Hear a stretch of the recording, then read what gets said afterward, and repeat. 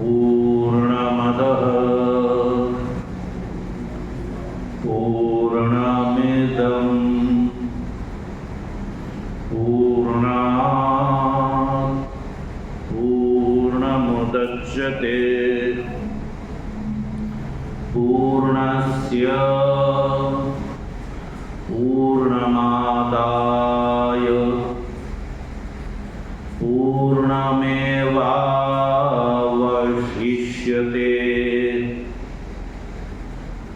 ॐ शान्तिः शान्तिः शान्तिः। शङ्करं शङ्कराचार्यं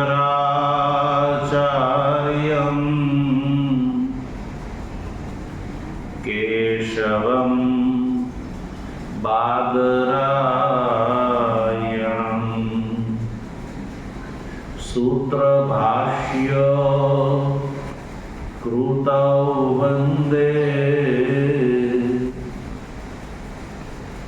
भगवन्तौ पुनः पुनः। ईश्वरो गुरुरात्मेति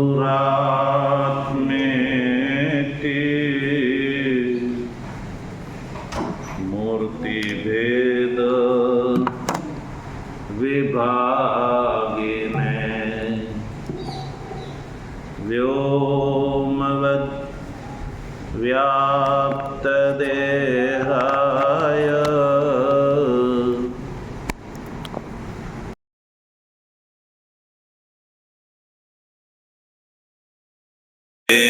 नमः। ओम शांति शांति शांति।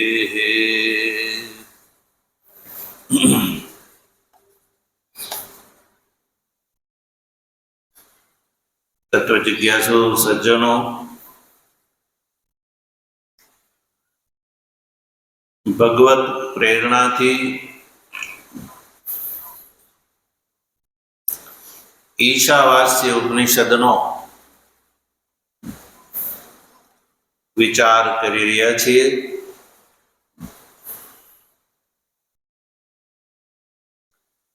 ગઈકાલે આપણે આ વિશે ચર્ચા કરી। આજે આપણે સૌપ્રથમ આ ઉપનિષદનો જે મંગલ પાઠ છે એ મંગલ પાઠનો વિચાર કરીશું।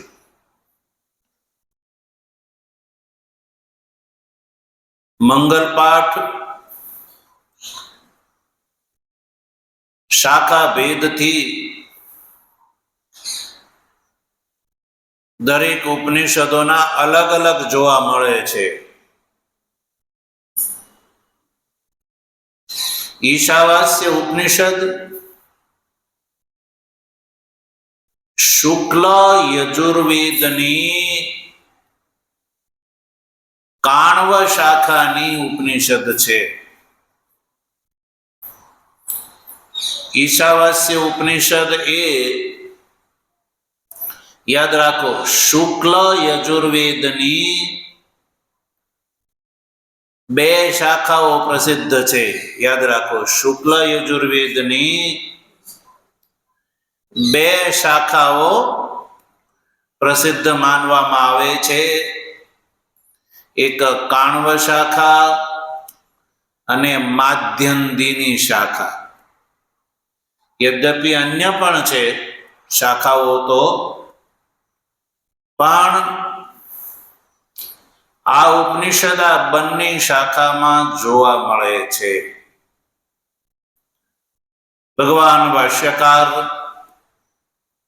शुक्ल यजुर्वेदनी काण्व शाखानी उपनिषद उपर भाष्यनी रचना करे छे।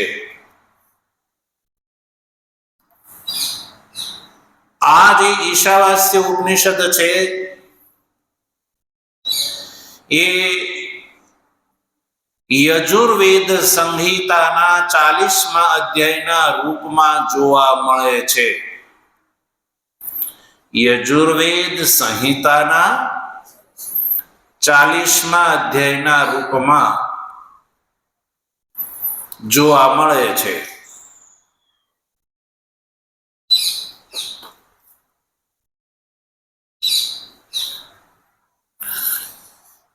એટલે આ ઉપનિષદ મંત્ર ભાગમાં હોવાથી મંત્ર ભાગની ઉપનિષદ કહેવામાં આવે છે. ગઈકાલે કહ્યું હતું કે વેદના 2 સ્વરૂપ જોવા મળે છે, એક મંત્ર અને બ્રાહ્મણાત્મક. મંત્રાત્મક સ્વરૂપ અને બ્રાહ્મણાત્મક સ્વરૂપ. તો ઈશાવાસ્ય ઉપનિષદ એ મંત્ર ભાગની ઉપનિષદ છે અને મંત્રનું વ્યાખ્યાન બ્રાહ્મણ ભાગને મંત્રનું વ્યાખ્યાન માનવામાં આવે છે. તો પછી આ જે ઈશાવાસ્ય ઉપનિષદ જે મંત્ર ભાગમાં છે એનું વ્યાખ્યાનાત્મક જે બ્રાહ્મણ ગ્રંથ છે એ બૃહદારણ્યક ઉપનિષદ માનવામાં આવે છે. કયું ઉપનિષદ? બૃહદારણ્યક ઉપનિષદ. તો બૃહદારણ્યક ઉપનિષદ છે એ બ્રાહ્મણ ભાગની છે. ઈશાવાસ્ય ઉપનિષદ જે છે એ મંત્ર ભાગની છે. એટલે આ જે મંત્ર ભાગમાં તો ઈશાવાસ્ય ઉપનિષદના બહુ ઓછા શ્લોક છે સજ્જનો. લગભગ 18 શ્લોક છે. 18 જો ટોટલ 18 શ્લોક છે આ ઉપનિષદના. બૃહદારણ્યક ઉપનિષદ આ જ ઉપનિષદનો વિસ્તાર છે. એટલે બંને ઉપનિષદોમાં મંગલ પાઠ એક સરખો જોવા મળે છે. ઓમ પૂર્ણમદઃ એ જ બૃહદારણ્યક ઉપનિષદમાં પણ જોવા મળે છે. તો આ મંગલ પાઠની પરંપરા સજ્જનો બહુ જૂની પરંપરા છે. કારણ કે આ જ મંત્ર એ બૃહદારણ્યક ઉપનિષદની અંદર જોવા મળે છે. અને આ મંત્ર જે છે એ જીવ અને બ્રહ્મની એકતાનું પ્રતિપાદન કરે છે.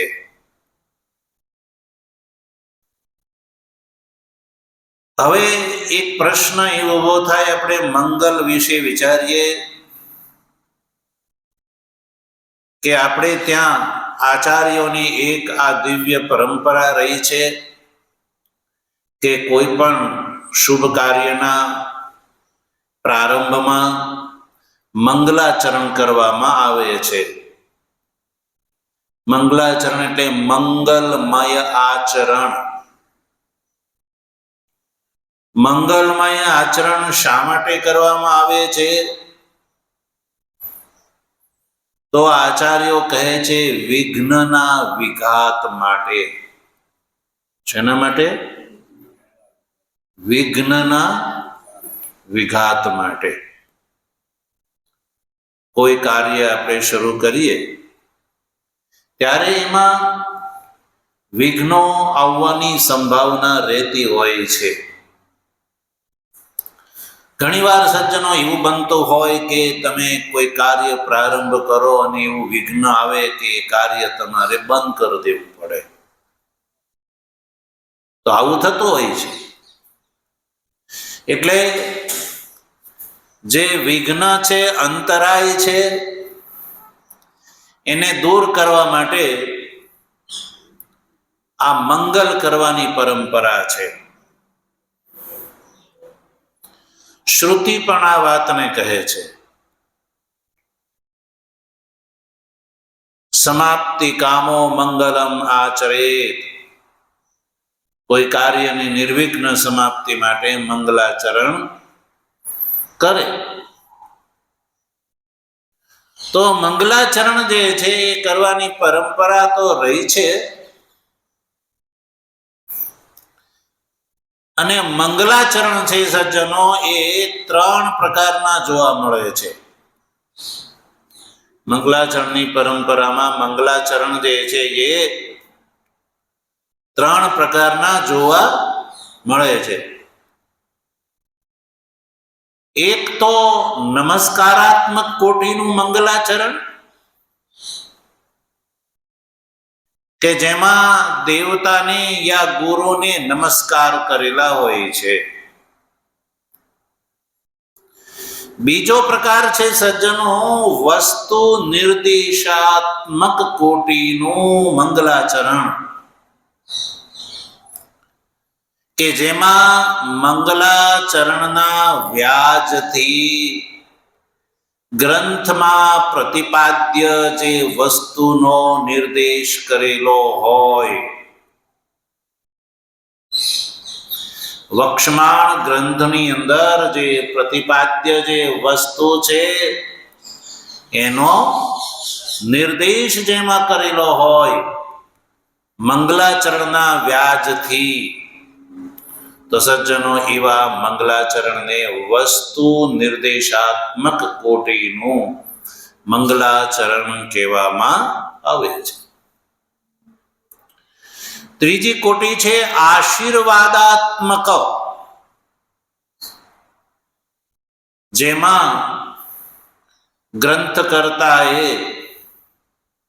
ગ્રંથનું પઠન કરવા વાળાને આશીર્વાદ પ્રદાન કરેલા હોય છે મંગલાચરણના વ્યાજથી. તો સજ્જનો આ રીતે આમ મંગલાચરણ જે છે એ 3 પ્રકારના જોવા મળે છે. આ તો કોઈ લૌકિક ગ્રંથની રચનાની વાત છે. એમાં ગ્રંથનો લેખક જે છે એ સ્વતંત્ર હોય છે કે 3 માંથી કોઈ પણ પ્રકારનું મંગલાચરણ કરે. પણ સજ્જનો આ ઉપનિષદની જે પરંપરા છે એ શાંતિ પાઠની પરંપરા છે. શેની છે? શાંતિ પાઠ યા શાંતિ મંત્ર જે કયો તે જોવા મળે. શાંતિ પાઠ કહો યા શાંતિ મંત્ર. અને આવા શાંતિ પાઠ યા શાંતિ મંત્ર સજ્જનો પ્રત્યેક ઉપનિષદની અંદર જેમ હમણે પ્રારંભમાં કહ્યું એમ જુદા જુદા જોવા મળે છે. પણ મુખ્ય જે છે એ બધાને ભેગા કરીએ તો 10 શાંતિ પાઠ બને છે. કેટલા? 10. જેનો આપણે અહીંયા રોજ સવારે ગુરુ ગીતાના પાઠની પૂર્વે આ શાંતિ પાઠનું ઉચ્ચારણ આપણે કરીએ છીએ. તો આ જે બધા શાંતિ પાઠ છે એ ઉપનિષદોમાંથી લીધેલા છે. ઉપનિષદોમાંથી એનું ચયન કરી અને સંગ્રહ કરેલો છે, જેને 10 શાંતિ પાઠ કહેવામાં આવે છે. તો આ 10 શાંતિ પાઠમાં એક શાંતિ પાઠ આ ઈશાવાસ્ય ઉપનિષદમાં જોવા મળે છે, જે શાંતિ મંત્ર યા શાંતિ પાઠનું સ્વરૂપ છે, જેને આપણે આજે ઉચ્ચારણ કરીએ. ઓમ પૂર્ણમદ બોલો પૂર્ણમિદમ પૂર્ણાત પૂર્ણમુદચ્યતે પૂર્ણસ્ય પૂર્ણમાદાય પૂર્ણમેવાવશિષ્યતે ઓમ શાંતિ શાંતિ શાંતિ.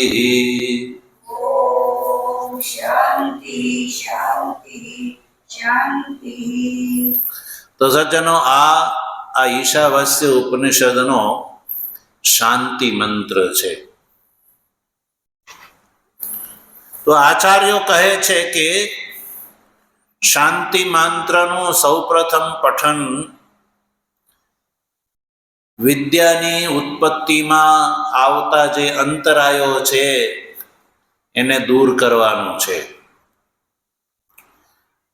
બ્રહ્મ વિદ્યાનું પઠન આપણે કરી રહ્યા છીએ. શેનું પઠન? બ્રહ્મ વિદ્યાનું. તો આચાર્યો લખે છે, વિદ્યા ઉત્પત્તૌ અંતરાય વિઘાતાય આદૌ શાંતિ મંત્રમ પઠતી ઓમ પૂર્ણમદ ઇત્યાદિ. બ્રહ્મ વિદ્યાનું અધ્યયન આપણે કરવા જઈ રહ્યા છીએ સજ્જનો. આપણે બધા બ્રહ્મ વિદ્યાના જિજ્ઞાસુ છીએ. શેના જિજ્ઞાસુ છીએ? બ્રહ્મ વિદ્યાના. તો બ્રહ્મ વિદ્યા પ્રાપ્ત કરવી છે કે નથી કરવી? બોલો. તો બ્રહ્મ વિદ્યાની પ્રાપ્તિનો અધિકારી કોણ છે એનો આપણે ત્યાં વિચાર કરવામાં આવ્યો છે. કોણ અધિકારી છે? તો કહ્યું કે 4 સાધનથી સંપન્ન હોય ને એ બ્રહ્મ વિદ્યાની પ્રાપ્તિનો અધિકારી છે. આ એવું નથી કે કોઈ કથા કહાની નથી કે સાંભળી અને આ કાનથી ગ્રહણ કરીને બીજા કાનથી આપણે કાઢી નાખીએ, એવું આ નથી સજ્જનો. આ તો ઉપનિષદનો વિચાર છે, બ્રહ્મ વિદ્યાનો વિચાર છે. એનો એ અધિકારી છે જે વિવેક, વૈરાગ્ય, શમ, દમ, ઉપરતિ, તિતિક્ષા, શ્રદ્ધા અને સમાધાન, આ 6 સંપત્તિ અને મુમુક્ષુત્વ, આ 4 સાધનથી જે સંપન્ન છે સજ્જનો, એ આ બ્રહ્મ વિદ્યાનો અધિકારી માનવામાં આવે છે. અને આ આચાર્યોએ નક્કી કરેલું છે ઉપનિષદના વિચારના ફળ સ્વરૂપે. ઉપનિષદની અંદર અધિકારીના આવા સંકેતો ભિન્ન ભિન્ન જગ્યાએ જોવા મળે છે. આચાર્યોએ એ સંકેતોને જુદા જુદા જગ્યાએથી એકઠા કરીને નક્કી કર્યું કે આ 4 સાધન હોવા જોઈએ. અને આ જે અધિકારીનો વિચાર બ્રહ્મસૂત્રના પ્રથમ અધ્યાયના પ્રથમ પાદના પ્રથમ અધિકરણનું જે સૂત્ર છે, એક જ સૂત્ર છે જેને જિજ્ઞાસા અધિકરણ કહેવામાં આવે છે. તો આ જિજ્ઞાસા અધિકરણનું સૂત્ર છે અથાતો બ્રહ્મ જિજ્ઞાસા. તો આ સૂત્રનું ભાષ્ય કરતી વખતે આચાર્ય ભગવત્પાદ ભગવાન શંકરાચાર્યજીએ અથ શબ્દનો અર્થ આનંતર્ય કર્યો. અને કોનું આનંતર્ય? તો કયું? વિવેકાદી 4 સાધન સંપત્તિ. એટલે અતઃ બ્રહ્મ જિજ્ઞાસા. બ્રહ્મ જિજ્ઞાસા કોના મનમાં ઊભી થાય છે સજ્જનો? તો કહ્યું કે 4 સાધનથી સંપન્ન થયા પછી. અથ શબ્દનો ગુજરાતીમાં અર્થ થાય પછી. શું થાય? પછી. એક કાર્ય સંપન્ન થયો પછી બીજું કાર્ય. આ બે કાર્યને જોડવા માટે આપણે ત્યાં પછી શબ્દનો પ્રયોગ કરવામાં આવે છે. તમે કોઈ વ્યક્તિને એક સાથે બે કાર્ય બતાવો તો એ એમ કે પહેલા આ હું કરી લઉં પછી બીજું કરીશ. તો બે કાર્યને જોડતી વખતે વચ્ચે કયો શબ્દ પ્રયોગ થાય છે? પછી એવો શબ્દ પ્રયોગ થાય છે. સંસ્કૃતમાં આ અથ શબ્દ જે છે સજ્જનો, એ પછી એવા અર્થ માટે વપરાય છે. તો આચાર્ય બાદરાયણ સૂત્રકાર છે, ભગવાન ભાષ્યકાર શંકરાચાર્યજી છે, ભાષ્યકાર છે. તો સૂત્રની રચના આચાર્ય બાદરાયણજીએ કરી, જેમાં ઉપનિષદના અર્થનો વિચાર છે. આ જીવનો બ્રહ્મરૂપથી વિચાર છે. એટલે આચાર્ય વ્યાસજી મહારાજે તો સૂત્ર રૂપથી વિચાર કર્યો, પણ સૂત્ર રૂપથી વિચાર સમજવો પણ જ્યારે કઠિન થઈ પડ્યો ત્યારે સજ્જનો ભગવાન શંકરાચાર્યજી, આપણે બધા જાણીએ છીએ કે 788ની સાલમાં જેમનો પ્રાદુર્ભાવ થયો અને 820ની સાલમાં જેણે પોતાના આ પંચ ભૌતિક શરીરનો તિરોભાવ કરી દીધો અને જે સાક્ષાત ભગવાન શંકરના અવતાર માનવામાં આવે છે, એવા ભગવાન ભાષ્યકાર શંકરાચાર્યજી આ બ્રહ્મસૂત્ર ઉપર ભાષ્યની રચના કરે છે. ત્યારે આ સર્વપ્રથમ અધ્યાસ ભાષ્યની રચના કર્યા પછી આ જે જિજ્ઞાસા અધિકરણનું જે સૂત્ર છે, અથા તો બ્રહ્મ જિજ્ઞાસા, એમાં અર્થ શબ્દનો અર્થ આનંતરી એટલે પછી એવો કરી અને નક્કી કર્યું કે કોના પછી? તો એ પણ ઉપનિષદ શ્રુતિ વાક્યના સંકેતોના આધારે, પોતાના આગ્રહથી નહીં, દુરાગ્રહથી નહીં, પોતાની બુદ્ધિથી પરિકલ્પના કરી અને અર્થ શબ્દનો અર્થ આનંતર્ય કર્યો છે એવું નથી સજ્જન. પણ ઉપનિષદોની અંદર જે પ્રકારાંતરથી જે સંકેતો જોવા મળે છે, એ સંકેતોને એકઠા કરી અને આચાર્ય ભગવત્પાદ ભગવાન શંકરાચાર્યજી અર્થ શબ્દનો આનંતર્ય અર્થ કરે છે અને વિવેકાદી સાધન સંપત્તિનું આનંતર્ય નક્કી કરે છે. તો વિવેકાદી 4 સાધન સંપન્ન વ્યક્તિ જે છે એ એવો હોવો જોઈએ કે જેને એ વાતની ખબર છે કે આ સંસારમાં 2 લાભ છે. કેટલા? 2 લાભ છે. યાદ રાખો, એક સંસારનો લાભ અને એક બ્રહ્મનો લાભ, પરમાત્માનો લાભ. યા એમ કહો કે એક ધર્મનો લાભ અને એક બ્રહ્મનો લાભ. આને જ સજ્જનો બીજા શબ્દમાં શ્રેય અને પ્રેય કહેવામાં આવે છે. શું કહેવાય? શ્રેય અને પ્રેય. તો આ જે શ્રેય અને પ્રેય છે એની પ્રાપ્તિમાં કારણભૂત જે 2 પ્રકારની વિદ્યા જે છે સજ્જનો, એ વિદ્યા પણ 2 પ્રકારની, પરાવિદ્યા અને અપરાવિદ્યા.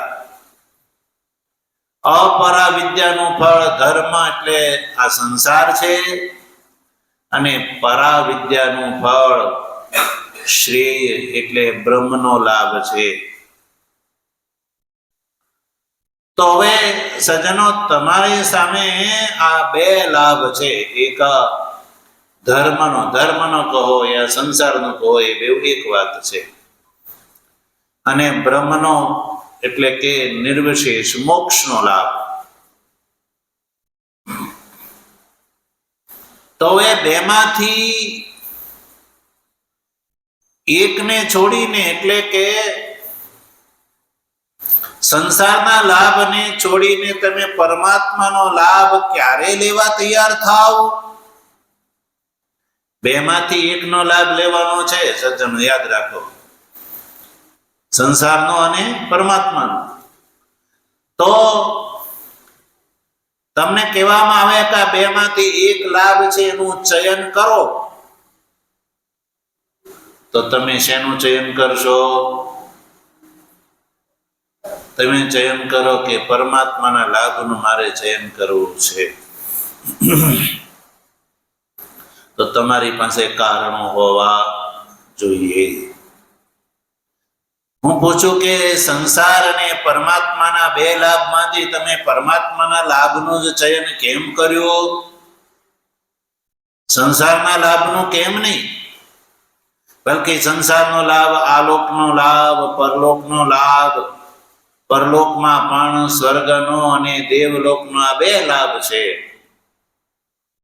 તો આવા લાભો છોડીને કેમ પરમાત્માનો લાભ? તો સજ્જનો યાદ રાખો, જેને એ વાતનો નિશ્ચય થઈ ગયો કે આ લોકનો લાભ નાશવંત છે, આ લોકનો લાભ નાશવંત છે. જો સાધુ એટલે કે સંન્યાસી, સાધુથી અભિપ્રાય છે આપણે ત્યાં સંન્યાસી. સંન્યાસ કોણ ગ્રહણ કરે છે? સંન્યાસ ગ્રહણનો અધિકારી વૈદિક ધર્મના સંદર્ભમાં સાચા અર્થમાં કોણ છે? તો જેને એ વાતનો બોધ થઈ ગયો છે કે આ સંસારનો લાભ અને પરમાત્માનો લાભ, એમાં સંસારના લાભ નું ઊંડાણપૂર્વક, સંસારના લાભનું ઊંડાણપૂર્વક જેણે ચિંતન કર્યું, પરીક્ષણ કર્યું, અને પરીક્ષણ કર્યા પછી મનમાં જેને નિશ્ચય થઈ ગયો કે આ સંસારનો લાભ જે છે એ નાશવંત લાભ છે, નિત્ય લાભ નથી. કેવો?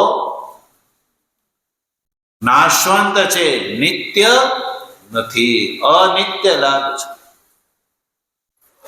અને પરમાત્માનો લાભ છે એ સજ્જનો નિત્ય લાભ છે, હંમેશા રહેવા વાળો છે.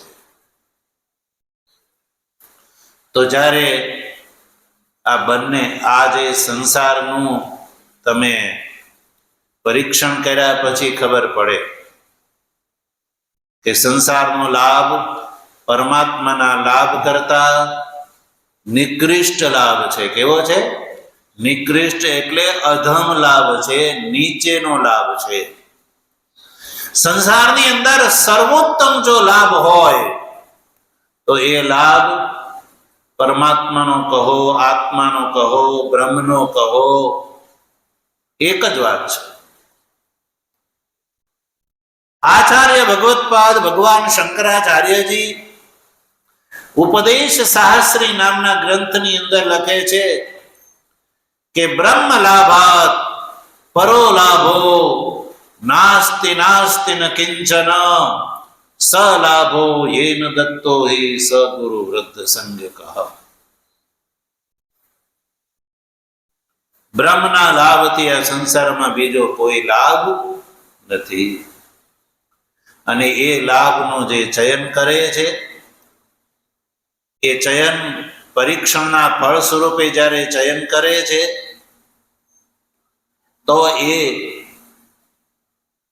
બ્રહ્મનો લાભ લઈ શકવાનો અધિકારી બની જાય છે.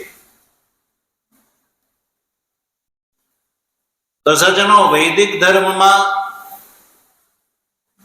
સંસારનો લાભ લેવા માટે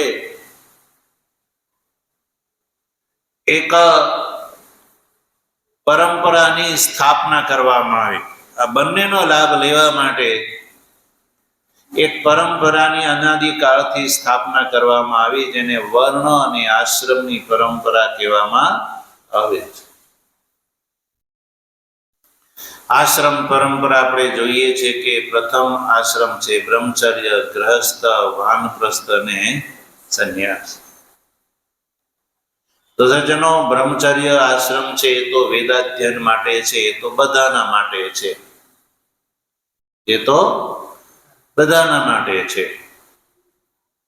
અને વેદાધ્યયન કર્યા પછી ગ્રહસ્થ આશ્રમ જે છે એ સજ્જનો આલોકનો અને પરલોકમાં સ્વર્ગલોકનો લાભ લેવા માટે છે.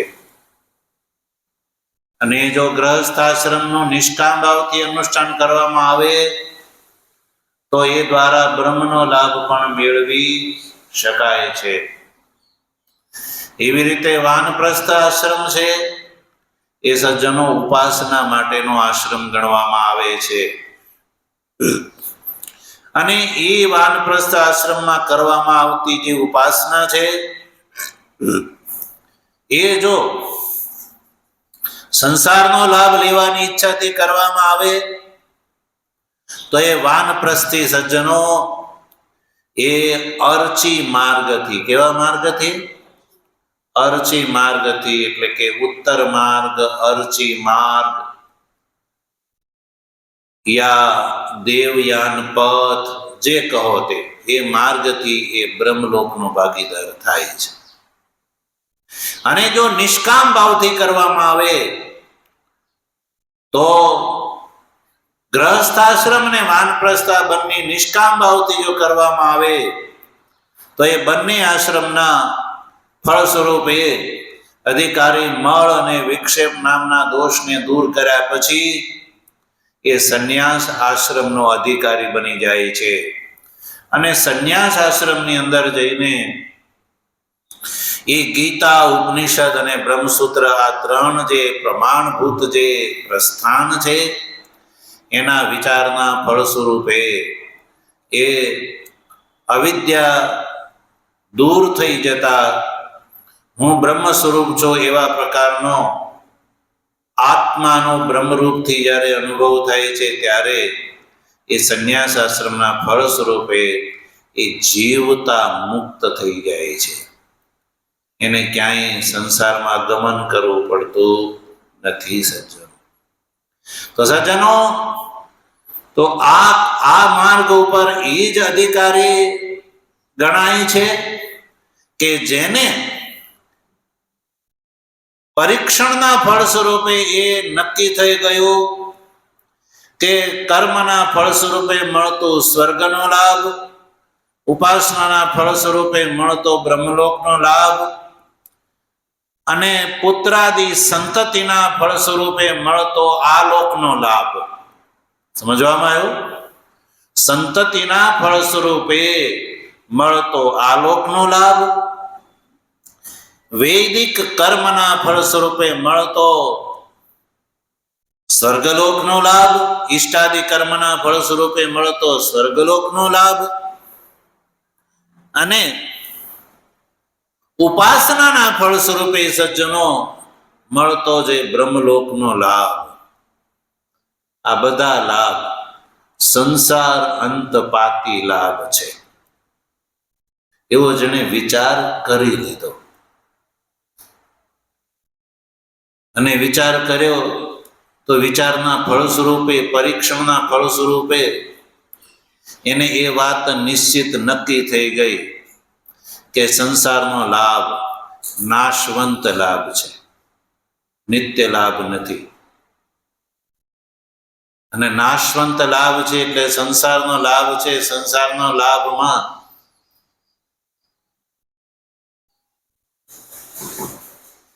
એનો અંત આવી જાય છે.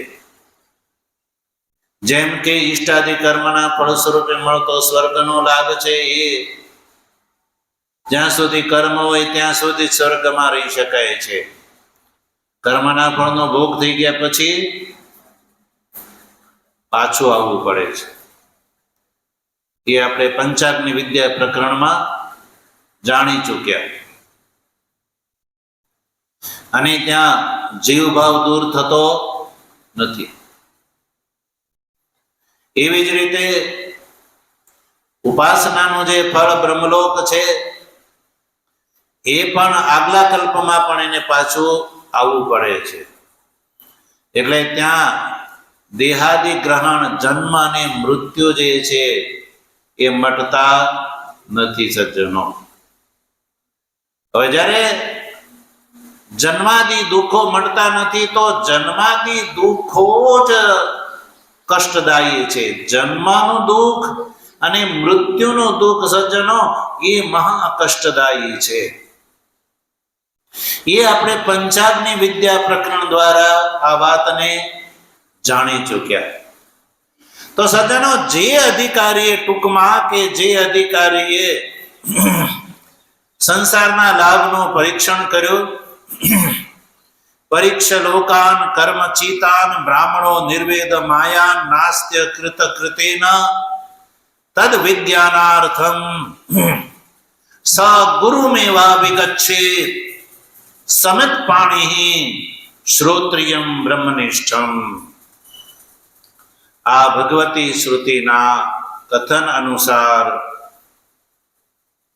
જેને આ વાતનો નિશ્ચય થઈ ગયો કે આ સંસારનો લાભ છે સજ્જનો એ કર્મચિત લાભ છે, અને કર્મ દ્વારા થતો લાભ છે એ નાશવંત લાભ હોય છે. જ્ઞાન દ્વારા થતો લાભ છે એ નિત્ય લાભ છે. એટલે જેને સજ્જનો આ વાત નિશ્ચિત સમજાઈ ગઈ, જેમ સમજો કે કોઈની સામે બે કટોરા મૂકવામાં આવ્યા, બે કટોરા, અને કહ્યું કે આ બે કટોરાની અંદર જે દ્રવ્ય છે એ પીવા યોગ્ય છે. શું છે? પીવા યોગ્ય છે.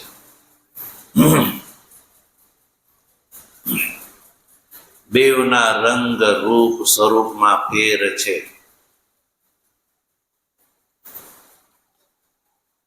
તો એમ કહેવામાં આવે કે બેવ પીવા યોગ્ય છે પણ એકનું પાન કરવાનું છે, બેવનું.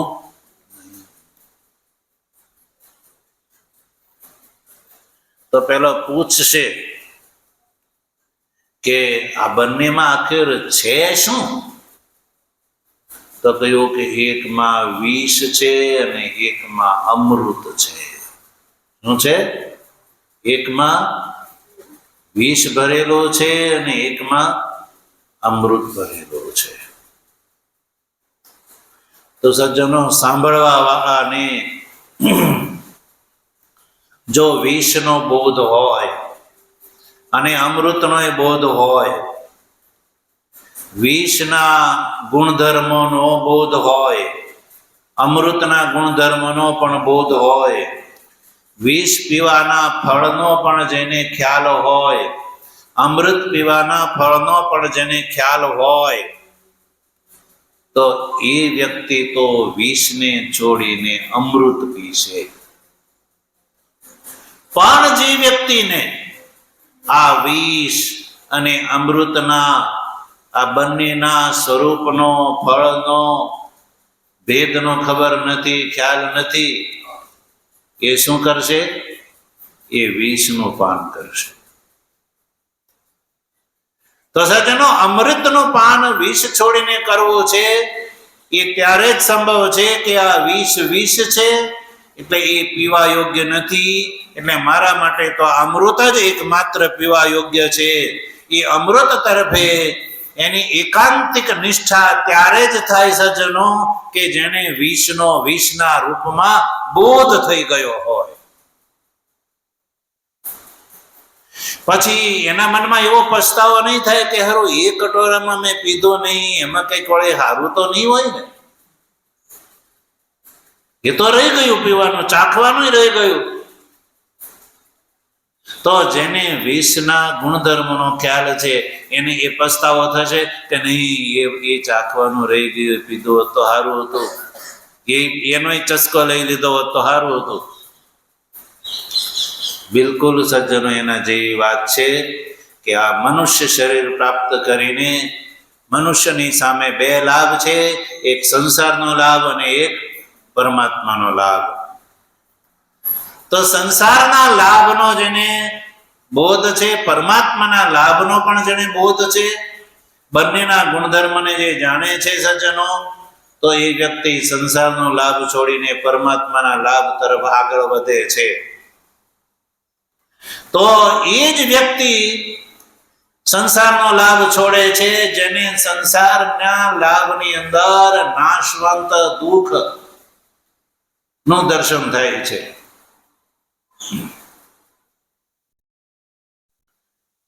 ભગવાન શ્રી કૃષ્ણના 13મા અધ્યાયમાં કયા પ્રમાણે દુઃખ અને દોષનું દર્શન, સંસારની અંદર દુઃખ અને દોષનું દર્શન જેને થાય છે એ જ સજ્જનો પરમાત્માના લાભ તરફ આગળ વધે છે. તો આ નિશ્ચયાત્મક બોધ જેને થયો, અને આવો બોધ ક્યારે થાય છે કે કર્મ અને ઉપાસના નિષ્કામ રૂપથી કરવાથી આ બોધ થાય છે, અન્યથા થતો નથી. એટલે જેને ચાહે આ જન્મમાં યા પૂર્વ જન્મમાં, યાદ રાખો, પૂર્વ જન્મમાં યા આ જન્મમાં જેને નિષ્કામ કર્મ અને નિષ્કામ ઉપાસના કરી છે એને આ પ્રકારનો બોધ પ્રાપ્ત થાય છે કે સંસારનો લાભ નાશવંત છે, એટલે મારે એકમાત્ર પરમાત્માનો જ લાભ લેવાનો છે. એટલે એને હવે એવા અધિકારીને સજ્જનો કર્મ કરવાની કોઈ જરૂર નથી, કારણ કે કર્મ કરવાથી જે બલરામનો દોષ એનો દૂર થઈ ગયો. ઉપાસના પણ એને કરવાની જરૂર નથી કે ઉપાસનાના ફળ સ્વરૂપે મળતો વિક્ષેપ નામનો દોષ છે એ પણ દૂર થઈ ગયો છે. તો આવા અધિકારીને માટે કર્મ અને ઉપાસના આ બેઉ શું થઈ જાય છે? ત્યાજ્ય થઈ જાય છે સજ્જનો. અને એ વ્યક્તિને વિવેકાદી 4 સાધનથી સંપન્ન માનવામાં આવે છે અને એને સંન્યાસી કહેવામાં આવે છે. એ સંન્યાસનો અધિકારી બની જાય છે સજ્જનો. અને એ સંન્યાસી જે છે એ આ બ્રહ્મ જ્ઞાનનો અધિકારી છે.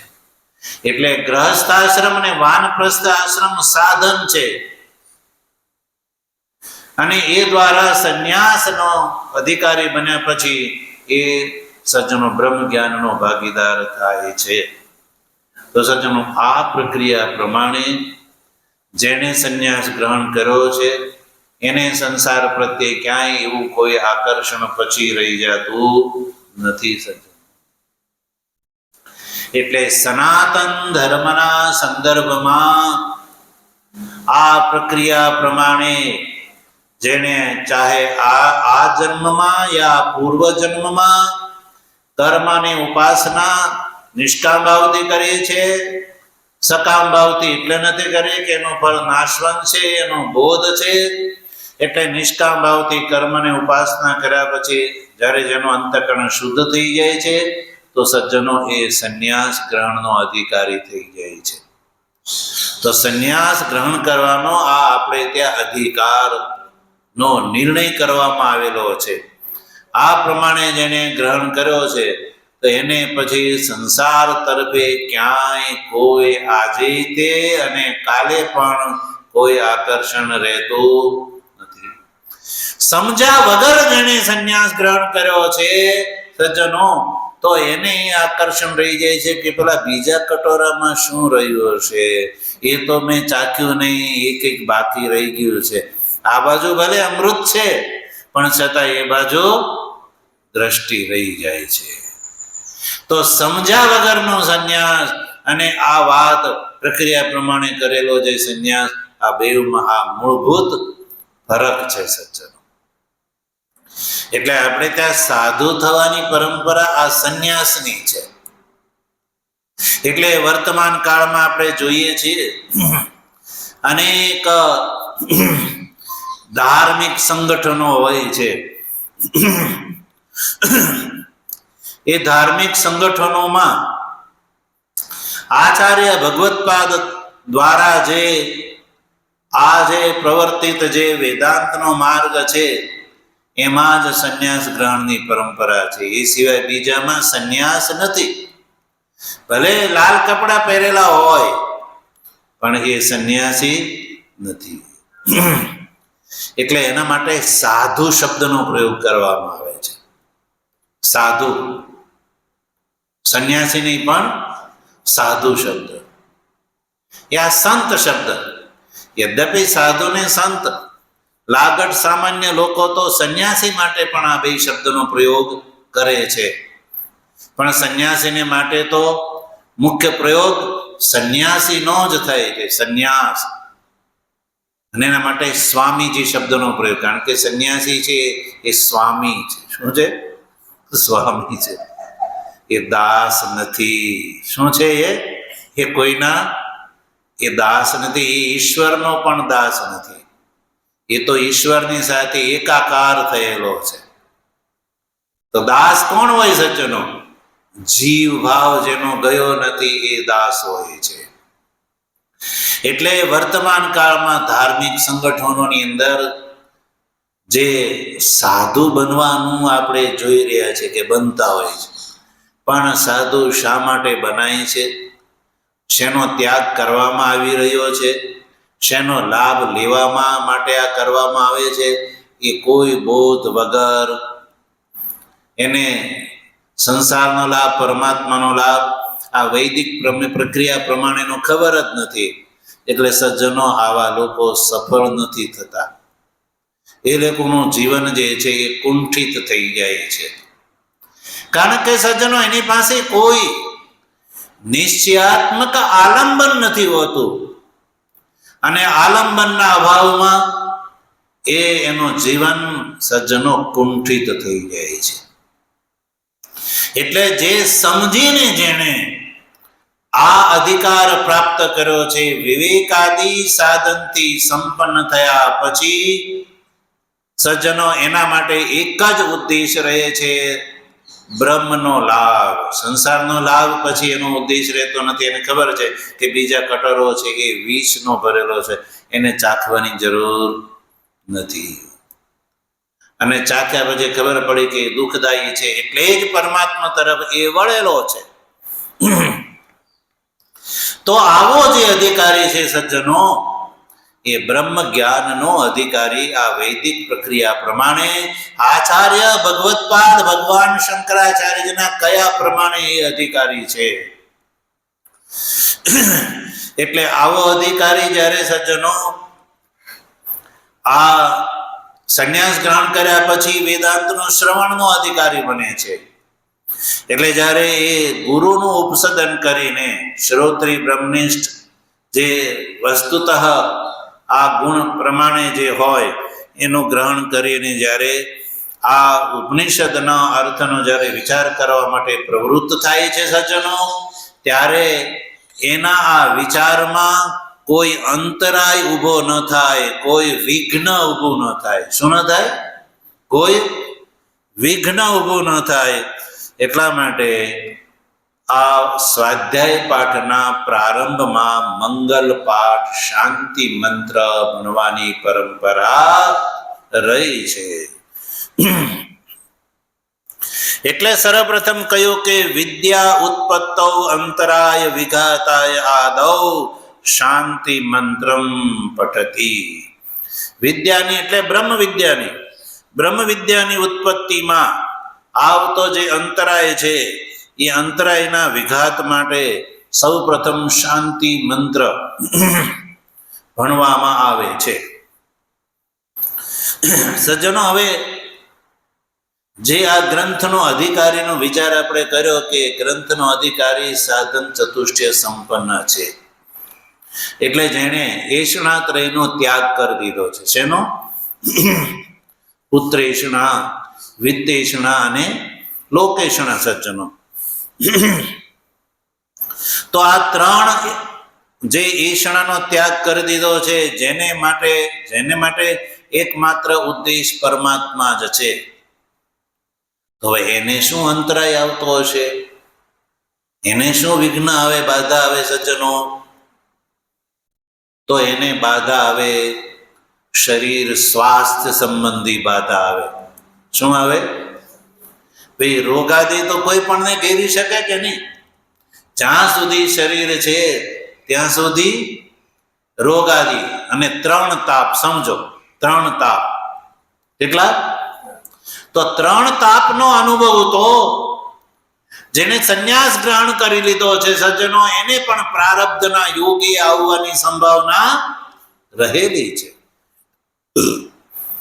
એ ગુરુ સેવા કરે, જ્યારે વેદનું અધ્યયન કરે, આ ઉપનિષદના પાઠની અંદર પ્રવૃત્ત થાય, ત્યારે આ જે 3 તાપ, આધ્યાત્મિક, આધિદૈવિક અને આધિભૌતિક, આ 3 તાપ સજ્જનો પ્રારબ્ધ કર્મના યોગથી બધાને સમગ્ર શરીરધારીને આવે છે. એટલે આ 3 તાપ ન આવે એને જ મોટામાં મોટા અંતરાય કહેવામાં આવે છે, વિઘાત કહેવામાં આવે છે. એ ન આવે એટલે આ શાંતિ મંત્રનો પાઠ કરવામાં આવે છે. આ શાંતિ મંત્રના ફળ સ્વરૂપે એવી કામના કરવામાં આવે છે કે આધ્યાત્મિક, આધિદૈવિક અને આધિભૌતિક અંતરાયો જે છે એ આ બ્રહ્મ વિદ્યાનું અધ્યયન કરવા માટે હું જ્યારે બેઠો છું ત્યારે અંતરાયો મારા દૂર થઈ જાય, જેથી કરીને મારું ચિત્ત જે છે એ આ ઉપનિષદના અધ્યયનની અંદર નિરંતર લાગેલું રહે. આ માટે શાંતિ મંત્રનો પાઠ કરવામાં આવે છે. તો આજે પણ આપણે શાંતિ મંત્ર જે છે એની અંદર પ્રવેશ નથી કર્યો, પણ આપનો ઉદ્દેશનો વિચાર કરવામાં જ આપણે આજનો સમય લીધો. આવતીકાલે હવે આ જે શાંતિ મંત્રનું શું સ્વરૂપ છે એનો વિચાર આપણે પ્રારંભ કરીશું. ઓમ પૂર્ણમદઃ પૂર્ણમિદં પૂર્ણાત પૂર્ણમુદચ્યતે પૂર્ણસ્ય પૂર્ણમાદાય પૂર્ણમેવાવશિષ્યતે. ઓમ શાંતિ શાંતિ શાંતિ. શંકરં શંકરાચાર્યં કેશવં બાદરાયણં સૂત્રભાષ્ય કૃતૌ વંદે ભગવन्तौ પુનઃ પુનઃ. ઈશ્વરો ગુરુરાત્મેતિ મૂર્તિભેદ વિભાગિને વ્યોમવદ્વ્યાપ્તદેહાય દક્ષિણામૂર્તયે નમઃ. ઓમ શાંતિ